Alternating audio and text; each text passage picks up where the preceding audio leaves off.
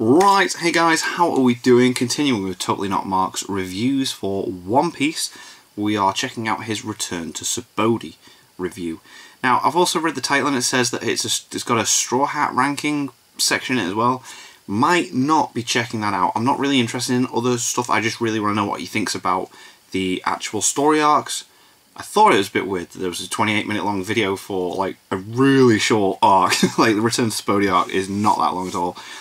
So I'll see how we go. If he structures it well, or if it's like, you know, fun, then maybe, yeah. But I do feel like this video is literally just going to be checking out the review section of Return to Sabaody. So let's see how we go. Let's get started, Raleigh. What?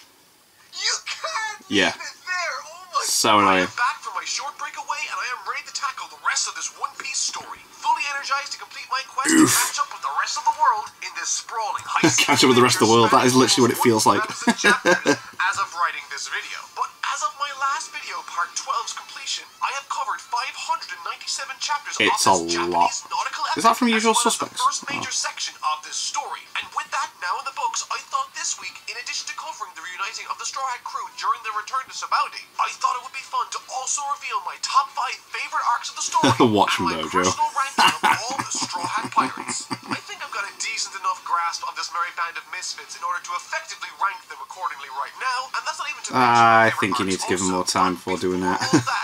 Cool. Let me say I am back, but please, for the love of God, like and share this video because the algorithm probably hates me right now. Because you take a break and yeah. Aside, I am ready to tackle the rest of this incredible story, beginning with my first impressions of, thoughts on, and You see, look, it's only that many heartwarming, chapters. the tense, and the funny return to Sabaody. It is boss this, the fake Luffy and all that, yeah. All of them pretending to be the Straw Hats. Oh, Mark cries at everything. He's overly emotional. He needs to man up. First off, No. but moreover, Marineford was emotional, man. I meant it when I said that before reading One Piece, I never cried while reading before. Now, do I cry while watching films and TV shows? Yes, Yeah. like a fountain. But that's besides the point. I do. And what's more is, I haven't just been resting during this vacation from the world of One Piece. I've been training. I've been watching The Notebook, Yeah. Marley and Oh. Me, and Your Name on loop for No. 2 weeks straight. And I can God damn. declare that not only do I not cry, Emotional but I am state. also an emotionless vacuum, void of even the most fundamental basic level of humanity. Okay. So, with my newfound grit and determination, let's open the story and get back to work. I did actually cry here.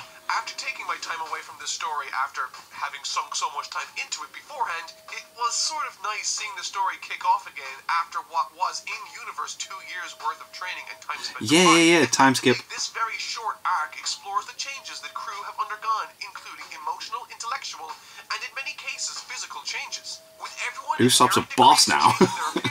Well, I mean, it was cool anyway, but yeah. Considerably in the last 2 years, and that is very much made evident throughout this reintroduction of the Straw Hats as they Yeah, Zoro's eyes. Like, oh, what's going on? So let's check it out. 2 years later. I think my favorite thing about this chapter is how it's framed and presented. The very last chapter I covered before this long breakaway in my last video saw the very last panel with Luffy placing his hat on the rock, symbolizing the beginning of his training and his long break away from his friends. And this He's chapter gonna learn to use the haki. very hat on that rock, now covered in snow, signifying the passage of time and dedication Luffy has had in his training. Absolutely And awesome, I am yeah. not sure how it's presented in the anime, but in the manga, this chapter takes express interest in not showing us, the audience, Luffy's face, pretty much for the entire chapter. Yeah. Right up until the very end. The Straw Hat is back, and he's on his way to meet And he's his on his friends. way. Something I really Oh, liked okay. in this chapter 2 was the laid-back and fun character reintroductions we got with the rest of the Straw Hat crew. We see Sanji, who now parts his hair on the other side. Oof. Now that's growth. We see Nami and That's growth. Usopp, who's gotten so much more buff. He is We see buff, Chopper, man. Robin, Rayleigh, lots of reintroductions that filled me with all sorts of nostalgia. And they've all improved on their abilities and stuff. It's like, However, the most interesting part of this small collection of chapters comes in the form of this group The of fake imposter Straw Hat crew. pirates. Every one of them pretending to be a particular part of the crew, drawing attention to their presence in the very area they were taken out By last another night Straw Hats on voice the actor. very That's day the real interesting. Straw Hats Class. are free to leave. It's a little more on the convenience I like side than that. I'm used to with One Thanks for the Piece. info on But I'll that. leave things slide because I'm still enjoying it, and we see moments like this when the real Luffy engages with the fake Luffy. Oh my god. Don't care. you're down. That is a baller move if ever I did see one. However, the real reason this crew is important is primarily down to them being the catalyst for the real conflict of the arc. You see, the reason I called this convenient earlier is largely down to the fact that had they not been at that archipelago that particular day, exactly 2 years from when Luffy sent that message, the real Straw Hats wouldn't have had any conflict really at all that day when they were leaving. Kind of true. To say, they do. And when the Navy catch up with the pirates regrouping at this archipelago, a very familiar scene Oh my god, the yes. arrive. But this time, it's different. are different. Yep. Oh yeah, it is. Get down. Everyone joins in. Everyone takes them out. That's So right. sick. One eye now. Well, that sucks for him. But seriously, it's really But cool does to see he? the measure Ugh. all these guys have gone through, communicating to us visually the stark difference. Everyone is so much stronger now. Oh, also, there's this really bad Oh, guy he's a who creep. ranks the fake Straw Hats that led them to be ultimately disbanded and taken over, who looks like he'll be important later considering how much focus he got on during these chapters, and, I mean, just look at that character design. I feel there's still more to go. Like, in Fishman Island he has a bit of a role, and then he had cover stories. Sense of anticipation and joy when the Straw Hats are looking for each other at the archipelago. And they're ranked. Doesn't Zoro rank them all by the order they get there? By Rayleigh for deep sea adventures, Luffy doesn't spend much time embracing or hugging them, but instead gets right back to business. They have an adventure to go on, and with that, they dive into the deep below. Hell yeah. It's awesome, and I can't wait to see what's next. Also, shout out to Duval who kept the ship. Yeah, he looked after it the whole time, though. What a guy. But before we move on next week to the rest of this epic story with my review of Fishman Island, I thought with this being the natural break in the story, it would be the perfect time for me to share with you guys my top 5 favorite arcs and my rankings of the Straw Hat crew. I shared my personal rankings of the Straw Hat Pirates a few months ago on Twitter, so it'll be interesting to see how much that list has changed today and whether or not it will change again by the time I finish this story. But first things first, time to list off TNM's top 5 favorite arcs from One Piece's first half. Right, I'll do the arcs. Here we go. It's not really a half, it's more like the first 60%. Choosing your favorite arcs in a I'll check. long-running series. Let's see where he goes with this. I'm not going to do the ranking of the Straw Hat crew. Personal feelings on the matter while also taking into consideration the Marineford. significance it plays in the greater story. A troubling challenge for sure. If Oh, you're mate, any slobby. Totally Not Mark's perfectly balanced. Totally Not Mojo. The absolute best arcs in One Piece, and if yours isn't on here, that means you're objectively wrong, and I'm absolutely calling your Oh, taste trash. damn. This is a joke. So, what are we waiting for? Let's kick things off with number 5, the Skypia arc. Skypia was sick, man. Funnily Eminem. enough, while I write this, Skypia was I get the boss. distinct impression that there will be a large number of you that will take specific issue with Skypia making my list of favorite arcs from this first section of the series. No. And while I can't speak to how the anime told the story specifically, I can only speak Yeah, to that's my where own the complaints come in, experience. it's the I thought anime. Skypia's not only be incredibly fun, but even after all has been said and done, it might actually be the most ambitious standalone arc I've read on Oh, One yeah, Piece. bloody hell. While it does lean on material It's established an in anime the set Skypia arc, on even sea with scouting pirates aspects that's in from the Jaya is sky. so much and pays off everything in a single story arc. An entirely new aesthetic for the world's environments, new technology, many new Yeah, which cultures with then their gets own incorporated and social used. structures, as well as hints to powers that become incredibly important the longer the story pushes forward. Yeah. And perhaps the most impressive aspect is that these superlative world-building attributes inform the story being told and its conclusion. And there's definitely something else going with him because of that cover story he had on the moon. Jesus Christ. To be honest, I stand by that. It's got the magic of I feel like he's going to have a very, very important role later. and it has a sense of foreboding that distinctly reminds me of the frontier in North America. Juggling literal magic, incredible fight scenes, and complex social dilemmas that create such a specific flavor that it's unmistakably, specifically Skypia. No one the liar. I adore That it, backstory and was amazing for me. I loved it. distinct than any other on this list. Number 4, Arlong Park. Dude. Pay the cash, then you're out with the trash. Nice.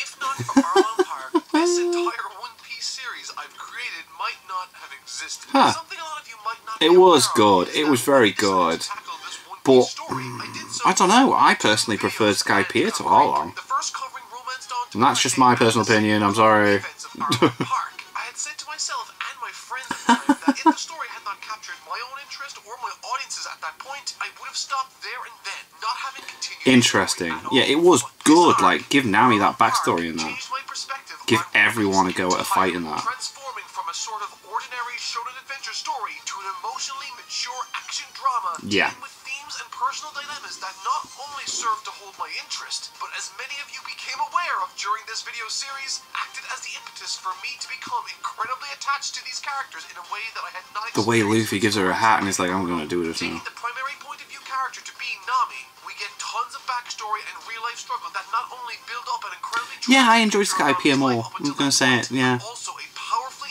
emotional interaction Good bad between guy. two spectacular characters, the likes of which I hadn't personally been exposed to before. Arlong Park hits emotional highs that rival any of the other arcs in my opinion. Number 3. Fair enough. Water 7. Oh, their fight was incredible.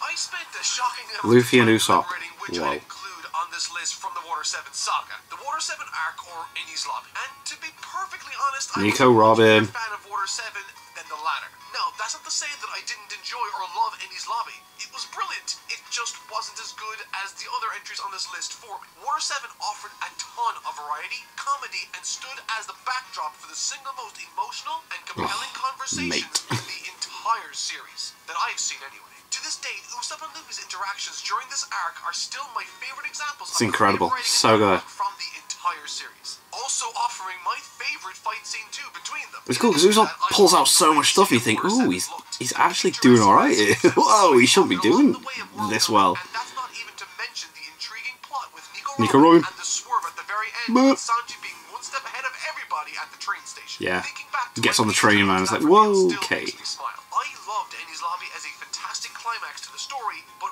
Water 7 really did have everything else that made that arc as good as Yeah, it was. It Water 7 was established better than characters, Enies Lobby in the relationships, the build up. subversions, and it still had more compelling action to boot. For me, Water 7 was on another level and takes the number 3 spot easily. Give you that. Number 2, Alabasta.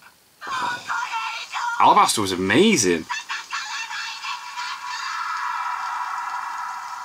Similar to the last entry, I spent It's one of those. If you get to a lot of Alabasta and you're not like, and you finish it and you're not Alabasta would into it, you're not gonna be into One Piece. I think. Like, and I'm sure other people have told me that as well. It's like, I get that. And it is its very own intricate, self-contained story, Yeah. full of new characters, political structures, Crocodile's beautiful amazing. geography, wildlife, and action. But even taking all of that out of the Loving me equation, my the crocodile Alabasta Funko arc did Pop. a phenomenal job of interweaving Actually, I'll put it emotion there and because you feeling won't into see it the over the narrative. video. Through short but illuminating scenes like that between the old man and Luffy and Yuba, Vivi's lamenting at her country falling into Yeah. ruin, and even through all the major characters providing the single best send-off in the series, which felt so distinctly One Piece it hurt. And that's not Damn even right. to make mention of my favorite warlord of the sea, Crocodile's While sick. we would later meet and face off against other warlords of the sea, some being even more formidable than Crocodile, there's no denying the charisma and Bond villain-esque type of Hell aura yeah, very that brought Bond-esque. each and I'll every give you single that. scene he engaged within, offering a moveset that posed interesting challenges The sand to and themes, that, fights, oof. and overall 'Cause he plot drains of the moisture story. out of his Croc left hand. was a near perfect inclusion for this arc and served it accordingly. But one more additional aspect that made Alabasta stand out amidst the rest was how it incorporated and made use of every single main character like no other. Set up the ponteglyphs and Nico Robin as well, didn't it? Like, creating a sense that everyone was struggling to the very that end. mystery. It's a spectacular, action-packed, rich, and emotional rollercoaster. Zoro's fight with number 1. Could Oh not my god. recommend more. Number 1, Marineford. Yeah, of course, there you go. 30 chapters. Jesus. In 30 chapters, Marineford is incredible. not just a 4-part saga, but created, established, and delivered an incredible climax, equally cathartic and tragic in measure, for the entire series so far. To reiterate, this wasn't just a great climax for the saga, but a great climax for the series so far. That shouldn't be possible. Let alone It was in 30 chapters.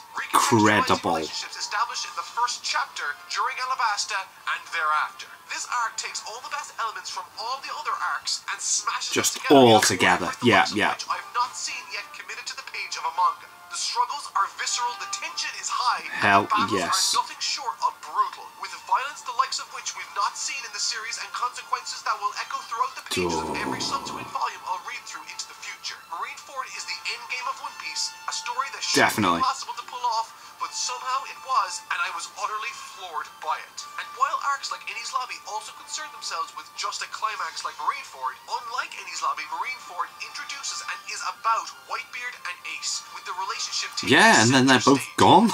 It's like, ah! In some measure, all the while introducing new characters, reintroducing old ones, establishing set pieces. The reintroduction, like, way they did all those characters. Boom. This was the arc that demonstrated so perfectly Boogeyman. I mean, oh my god, Boogie now, in Dressrosa. Whoa, he's up there. I have in the past seen shows or other Ace, pieces of media R.I.P. in a war setting, and while some are closer than others, none, in my opinion, even approach this level of satisfaction and urgency Marineford so effortlessly delivered.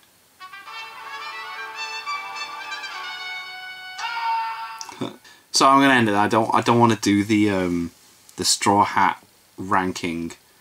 I literally want to leave it there because I feel like, yeah, that this is about the series as a whole, and I feel like, nah, I don't want to check out the rankings. So yeah, because like I thought it was weird that like the Return to Sabaody was like a half-an-hour video. I was like, how? But yeah, I personally put Skypiea higher.